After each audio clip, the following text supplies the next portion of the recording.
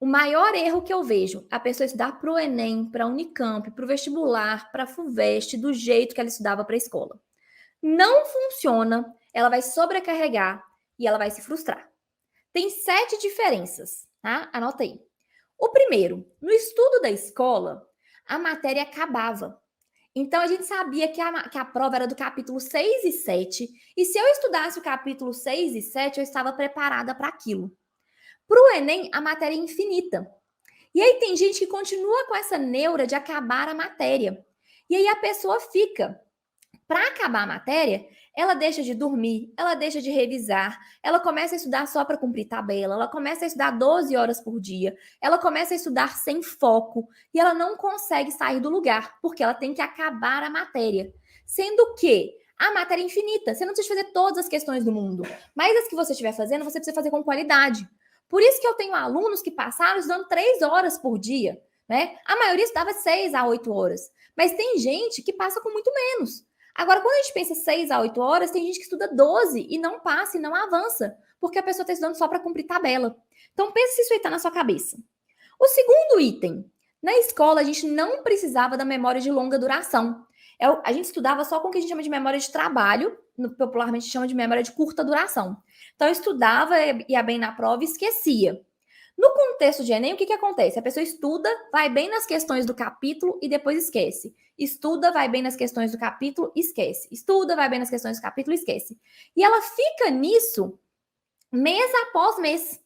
Então, e aí ela não consegue se lembrar daquilo que ela estudou há mais tempo. Esse é um fator que tem muito a lógica da escola. O terceiro, na escola não precisava revisar, porque caía mais a última matéria. Para o Enem, para os vestibulares, ele não está nem aí para o que você viu por último. O quarto item, na escola, era vergonhoso errar. Então, quando a pessoa ia mal, ela pegava a prova dela, dobrava a pontinha, escondia no fundo da mochila e fingia que nada tinha acontecido. Muita gente carrega isso ainda para o contexto de Enem vestibular. Isso vocês nunca ouviram, gente, quem está aqui. E aí a pessoa ela não faz simulado porque ela tem medo de ir mal. Fala, Sabrina, deixa eu acabar a matéria primeiro, aí depois eu vou fazer. Ela não faz redação sem antes pesquisar o repertório. Ela tem medo de fazer uma lista de física sem ver a matéria antes. Ela não revisa de forma ativa, ela vai revisar só olhando, só relendo, só relendo, só relendo, porque ela tem medo de ver que ela não está sabendo. Ela procrastina estudar aquilo que ela tem dificuldade, porque ela tem medo do erro. Só que a neurociência mostra que o erro faz parte do processo de aprendizagem. Os processos cognitivos mais complexos: falar, andar, ler e escrever. Todos eles você errou muito, e eu também.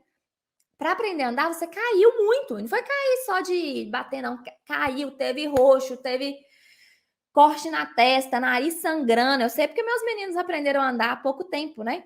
Então, são erros, mas eles fazem parte do processo de qualquer aprendizagem. E a gente esquece disso.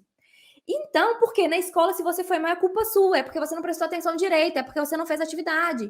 E aí a pessoa vai começando a ter vergonha do erro e ela evita o erro. Pensa se está aí em você. Não adianta ter o melhor cursinho esse ano se você não encarar o erro pensando como forma de aprendizagem. Não adianta, tá? O quinto, que é sutil, mas faz toda a diferença. O professor que dá aula é o professor que faz a prova. Isso é uma ilusão de competência muito sutil, mas que joga muita gente no buraco. Gente, quando eu jogo tênis com o meu professor de tênis, que é o de lei, eu jogo muito melhor do que quando eu jogo com uma outra pessoa. Por quê? Porque ele sabe o que eu dou conta de fazer. O professor, ele deu a aula e ele faz a prova com base naquilo. A tendência é que você acerte. Mas no Enem, quem fez ali não tá nem aí para como foi sua aula. Então, isso faz com que a gente muitas vezes vá bem na escola e não vá tão bem no Enem. Penúltimo ponto. Na escola, quando a gente não vai bem numa prova, a gente compensa em outras coisas, em trabalhos e tudo mais. No Enem é tudo ou nada, e pouca gente tem um preparo mental e emocional para isso tudo ou nada. E o sétimo, acabava o ano, a pessoa ficava de férias e nem pensava em estudar. Para o Enem, para o vestibular, a gente estuda até passar. A gente para de estudar quando seu nome estiver na lista dos aprovados.